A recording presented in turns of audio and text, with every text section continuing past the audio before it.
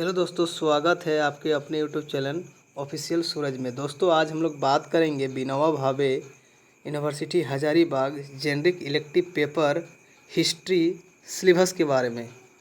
Subject history syllabus के बारे में बात करेंगे।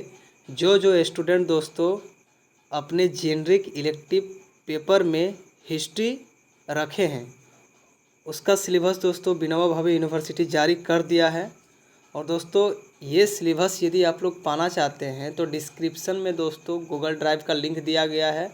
उस लिंक को आप लोग टच करके डायरेक्ट इस सिलेबस को आप लोग पा सकते हैं, डाउनलोड कर सकते हैं। तो चलिए दोस्तों, जेनरिक इलेक्टिव पेपर यानी कि जी पेपर 2 का सिलेबस हिस्ट्री का दोस्तों जारी हो गया है। और दोस्तों मैं धीरे धीरे फिजिक्स का, ज्योग्राफी का, पॉलिटिकल साइंस का, उर्दू का, जितना भी विषय का जी पेपर दोस्तों विनोबा भावे जारी किया है, मैं सब का एक एक करके सिलेबस आप लोगों को बताने वाला हूं। तो दोस्तों आज मैं हिस्ट्री ऑनर्स का सिलेबस डाल रहा हूं, कल पॉलिटिकल का डालूंगा। ऐसे धीरे धीरे करके सारा सब्जेक्ट का मैं सिलेबस जेनरिक इलेक्टिव पेपर का डालते रहूँगा। और दोस्तों आप लोग कमेंट करके ज़रूर बताइए कि आप लोगों को जी पेपर का कौन सा विषय का सिलेबस चाहिए। तो चलिए दोस्तों हम लोग शुरू करते हैं वीडियो को। देख सकते हैं course of content of history under choice based credit system CBCS generic courses स्नातक सामान्य पत्रों का पाठ्यक्रम विनोबा भावे विश्वविद्यालय हजारीबाग CBCS पाठ्यक्रम पर आधारित। देख सकते हैं दोस्तों कहा गया था कि जेनरिक इलेक्टिव पेपर यानी कि GE paper 1, GE paper 2, GE paper 3 और GE पेपर 4 यानी कि सेमेस्टर 1, सेमेस्टर 2, सेमेस्टर 3 और सेमेस्टर 4 में दोस्तों 4 जेनरिक इलेक्टिव पेपर लेकर के आप लोगों को पढ़ना है। तो सभी सेमेस्टरों का GE पेपर का सिलेबस विनोबा भावे जारी कर दिया है। तो चलिए हम लोग एक एक करके देखते हैं कि क्या कुछ आप लोगों को पढ़ना है और क्या क्या आप लोग लेकर के तैयारी कर सकते हैं। दोस्तों अभी अब टाइम नहीं है, कुछ दिन बाद विनोबा भावे दोस्तों इसका एग्ज़ाम कंडक्ट कराएगा। अगस्त के लास्ट वीक तक या फिर सितंबर का फर्स्ट वीक तक विनोबा भावे जी पेपर का एग्ज़ाम ले लेगा। तो उससे पहले आप लोग सिलेबस को अच्छे तरीके से समझ लीजिए और इसके बेसिस पे ही आप लोग तैयारी पे दोस्तों लग जाइए। ठीक है दोस्तों, चलिए हम लोग वीडियो को शुरू करते हैं। देख सकते हैं दोस्तों फर्स्ट सेमेस्टर में जी पेपर 1 में आप लोगों को एनिसेंट इंडियन हिस्ट्री पढ़ना है, यानी कि Harappa civilisation to Maurya age तक आप लोगों को पढ़ना है। प्राचीन भारत इतिहास हड़प्पा सभ्यता से मौर्य काल तक। फिर दोस्तों सेकेंड जेनरिक पेपर 2 में सेमेस्टर 2 में आप लोगों को ancient Indian history post Mauryan age to 1206 AD तक पढ़ना है। यानी कि दोस्तों हिंदी में आप लोगों को समझाने का कोशिश करता हूँ, प्राचीन भारत का इतिहास मौर्य काल के बाद 1206 ईस्वी तक पढ़ना है। और फिर दोस्तों सेमेस्टर 3 में, यानी कि ये फर्स्ट ईयर का सिलेबस हो गया, अब सेकंड ईयर का सिलेबस में जी पेपर 3 में दोस्तों मेडिवल इंडिया एड 1206 ईस्वी से लेकर के 1707 तक, मध्यकालीन भारत 1206 ईस्वी से लेकर के 1707 ईस्वी तक आप लोग को पढ़ना है। फिर जी पेपर 4 में फोर्थ सेमेस्टर में दोस्तों आप लोग को मॉडर्न इंडिया 1757 ईस्वी से लेकर के 1947 ईस्वी तक पढ़ना है। आधुनिक भारत का इतिहास 1757 ईस्वी से लेकर के 1947 तक।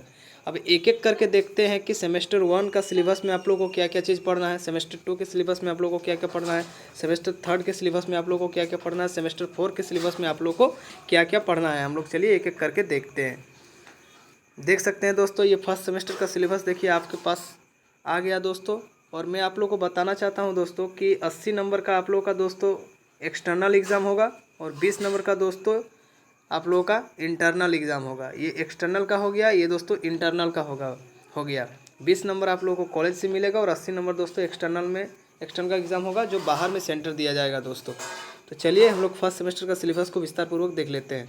देख सकते हैं फर्स्ट सेमेस्टर सब्जेक्ट कोड भी देख सकते हैं, जी पेपर 1 एनिसेंट इंडियन हिस्ट्री प्राचीन भारत का इतिहास हड़प्पा सभ्यता से मौर्य काल तक आप लोगों को पढ़ना है।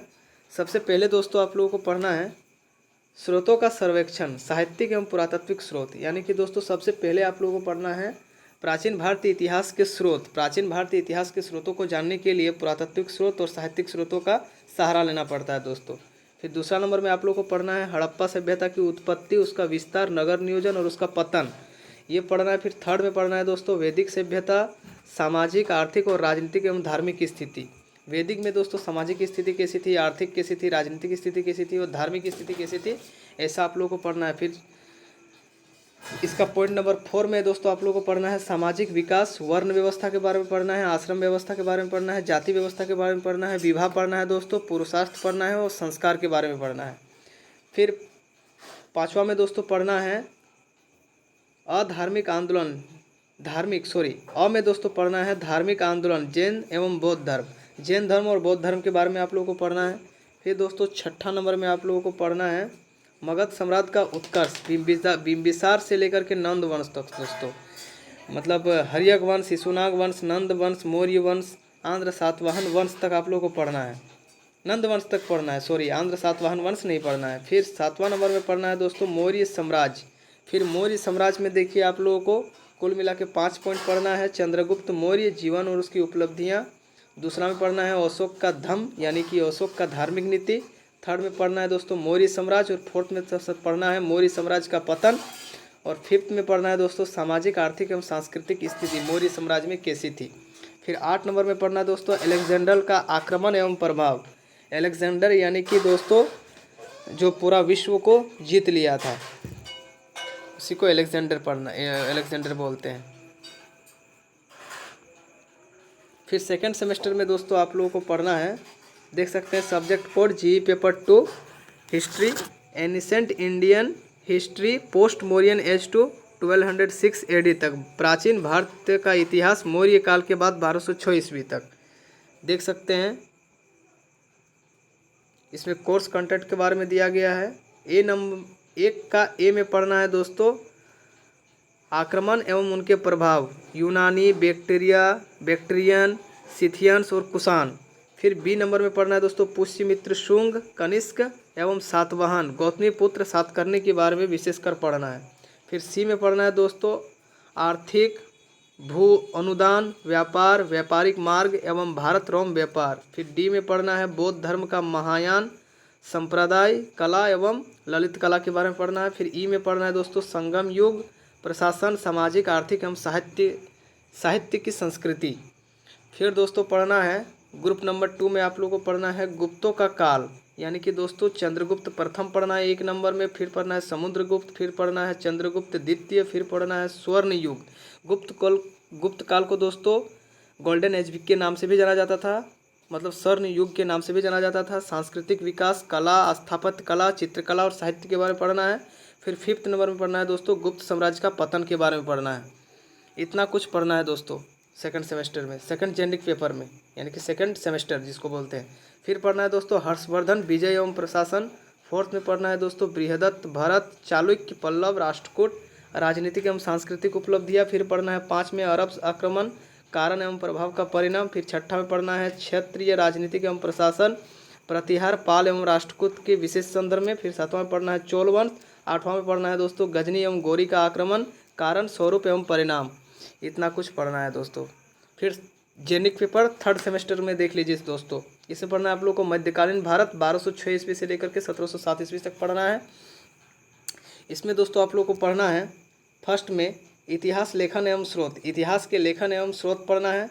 फिर इसका ए में पढ़ना है दोस्तों अमीर खुसरो के बारे में, बर्नी के बारे में और अबुल फजल के बारे में, मुस्लिम लेखक थे ये लोग। फिर दूसरा में पढ़ना है दोस्तों भारत में तुर्क शासन की स्थापना। ए में पढ़ना है कुतुबुद्दीन ऐबक, बी में पढ़ना है इल्तुतमिश, सी में पढ़ना है रजिया सुल्तान और डी में पढ़ना है बलबन, यानी कि गुलाम वंश। फिर दोस्तों थर्ड में आप लोगों को पढ़ना है अलाउद्दीन खिलजी, प्रशासन, राजस्व एवं बाजार नीति। अलाउद्दीन खिलजी का दोस्तों बाजार नीति जो है मार्केटिंग पॉलिसी वो बहुत फेमस था। फिर फोर्थ में पढ़ना है तुगलक वंश। फिर पढ़ना है इसका ए में मोहम्मद बिन तुगलक, चरित्र एवं नीति। फिर पढ़ना है दोस्तों फिरोज शाह तुगलक, सुधार।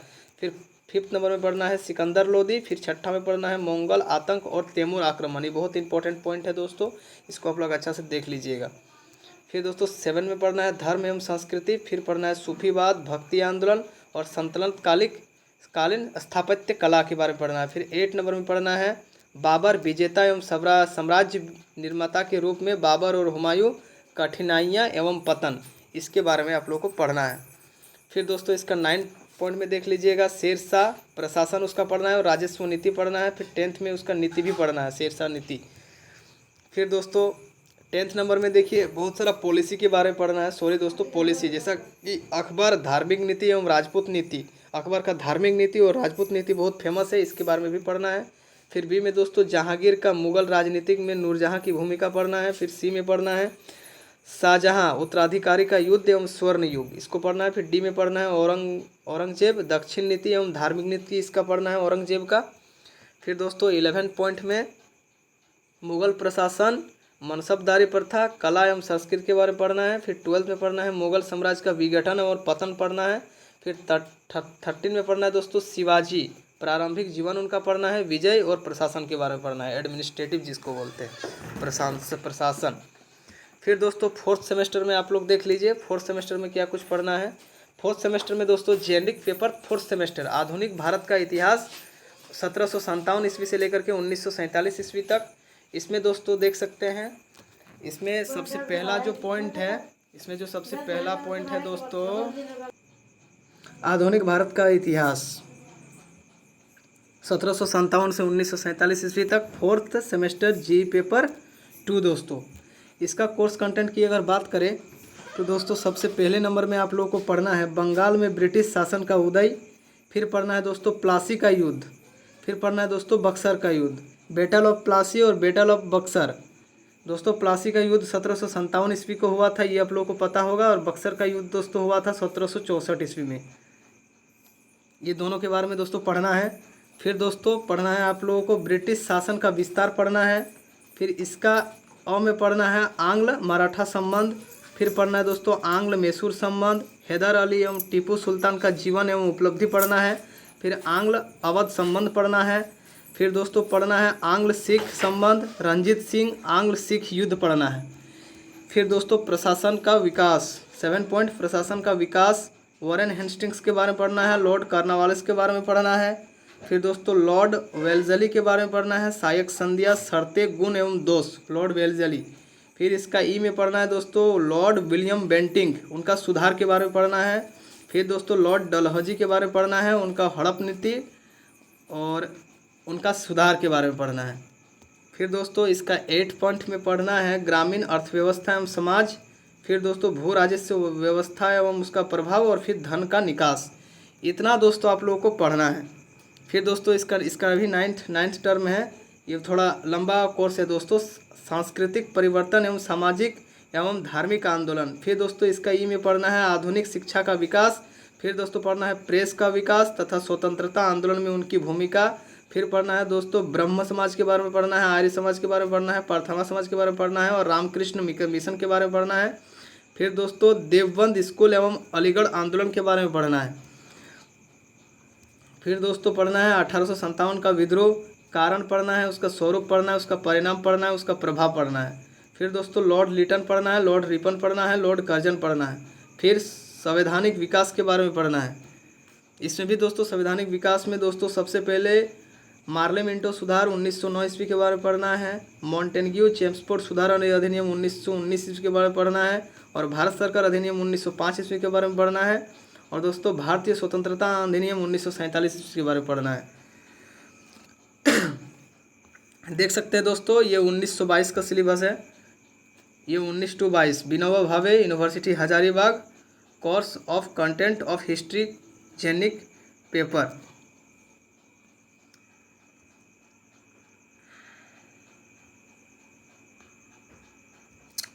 दो 2015 से लेकर के दोस्तों 2015 से लेकर के 18 तक, और दोस्तों 19 से लेकर के 22 तक सबका सिलेबस है दोस्तों, यही सिलेबस है।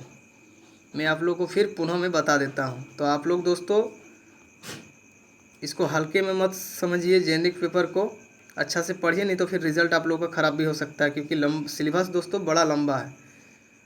फिर देखिए दोस्तों वही सब चीज़ दोस्तों थोड़ा डिटेल में यहाँ पर समझाया गया है, बस वही सब जो मैंने आप लोगों को बताया वही सब चीज़ है यहाँ पर।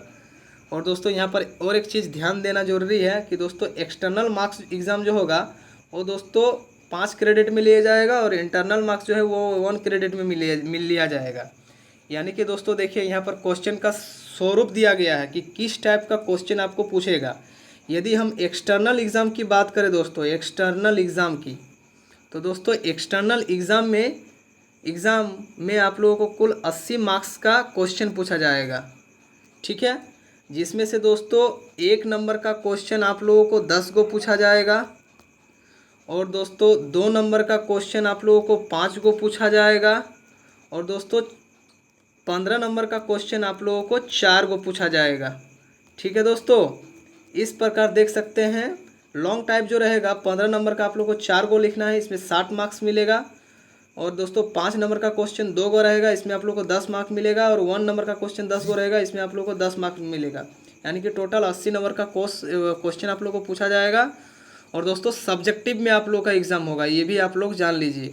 और दोस्तों इंटरनल एग्ज़ाम जो आप लोगों का होगा दोस्तों, इंटरनल नंबर 20 नंबर का होगा, जिसमें से मार्क इंटरनल एग्ज़ाम 15 नंबर का होगा। और अटेंडेंस और सेमिनार एंड अदर एक्टिविटी में दोस्तों आप लोगों को 5 नंबर पूछा जाएगा। टोटल आप लोगों के पास 20 मार्क्स हो गया। और इंटरनल और एक्सटर्नल को मिला के दोस्तों 100 मार्क्स का एक पेपर होगा, यानी कि सेमेस्टर 1 में एक पेपर का एग्ज़ाम होगा, सेमेस्टर 2 में एक पेपर का एग्ज़ाम होगा, सेमेस्टर 3 में एक पेपर का एग्ज़ाम होगा, सेमेस्टर 4 में एक पेपर का एग्ज़ाम होगा। और दोस्तों मैंने चारों सेमेस्टरों का आप लोगों को बता दिया हूँ। तो आशा करता हूँ दोस्तों कि ये आप लोगों को सिलेबस जो है वो अच्छा लगे और आप लोग तैयारी में दोस्तों जुड़ जाइए, क्योंकि विनोबा भावे दोस्तों हिस्ट्री का भी सिलेबस जारी किया है, पॉलिटिकल साइंस का भी सिलेबस जारी किया है, फिजिक्स का भी जारी किया है, सब का सिलेबस जारी कर दिया है। बस आप लोगों को डाउनलोड करके और इसको पढ़ना है। विनोबा भावे जल्द ही किसी भी टाइम दोस्तों एग्जामिनेशन कैलेंडर भी जेनिक पेपर का जारी कर सकता है। और फिर मैं दोस्तों इसके बाद में पॉलिटिकल साइंस अदर सब्जेक्ट्स का भी मैं सिलेबस लेकर के एक एक करके आऊँगा। और दोस्तों डिस्क्रिप्शन के नीचे सिलेबस डाउनलोड करने का लिंक दिया गया है, वहाँ से आप लोग सिलेबस को डाउनलोड कर सकते हैं। जोहार दोस्तों, जय हिंद।